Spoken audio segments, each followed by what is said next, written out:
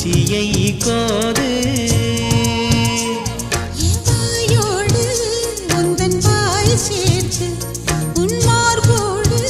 மெல்ல கூர் பார்த்து கைகளில் ஏந்து பொய்கையில் நீந்து நான் வேறாய் அடவேர்த்தேனே ஒரு பார்வை உரை பார்த்தேனே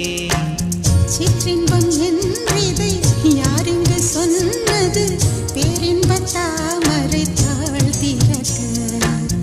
ஐந்தடி உடல் நிலை மெய் மறக்க அசைந்தாடும் காற்றுக்கும் அழகான பூவுக்கும் காதலா அலையாடும் கடலுக்கும் அது சேரும் மணலுக்கும் காதலா